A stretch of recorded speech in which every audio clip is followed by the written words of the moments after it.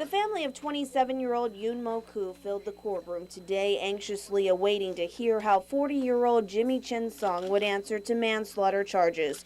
Ku, the general manager of 7 Days Supermarket, was taken off life support after sustaining a single blow to his head that caused him to go into a coma. He was later pronounced brain dead, and doctors didn't provide any hope that his condition would change. Ku was assaulted outside the Sing-a-Song Cafe in Harmon last month.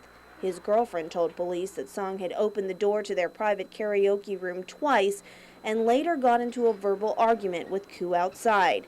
She claims Song struck her boyfriend, knocking him unconscious to the ground.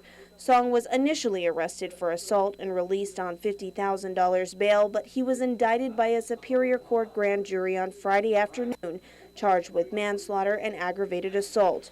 He was rearrested by police and is being held on $250,000 cash bail.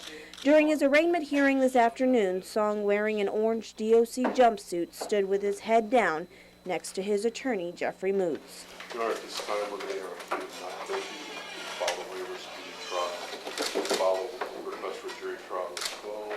We requested discovery, including the grand jury jurisdiction.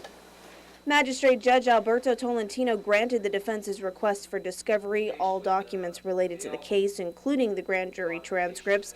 Attorney Moots then asked the court to reinstate the original bond amount that was set at $50,000, which his client posted before he was arrested a second time. The court found at that time that the $50,000 bond that was set on the magistrate complaint was sufficient to protect the community and to prevent Mr. Song from fleeing. At the subsequent filing of the indictment, the government filed no additional papers to indicate that anything had changed in terms of Mr. Song's risk to the community, nor his risk of flight. Moots argues the government simply pandered to the press and went around procedures to seek a larger bail amount, alleging they circumvented the law. And we're simply asking that the government be held to the same standard that they're trying to impose on every other citizen of this community. While the prosecution objected, Judge Tolentino said the matter of bail should be brought before Judge Vern Perez, who's been assigned the case. Until that happens, Song remains behind bars, awaiting a criminal trial setting which is scheduled for August 9th. Reporting for Guam's News Network, I'm Mindy Egan.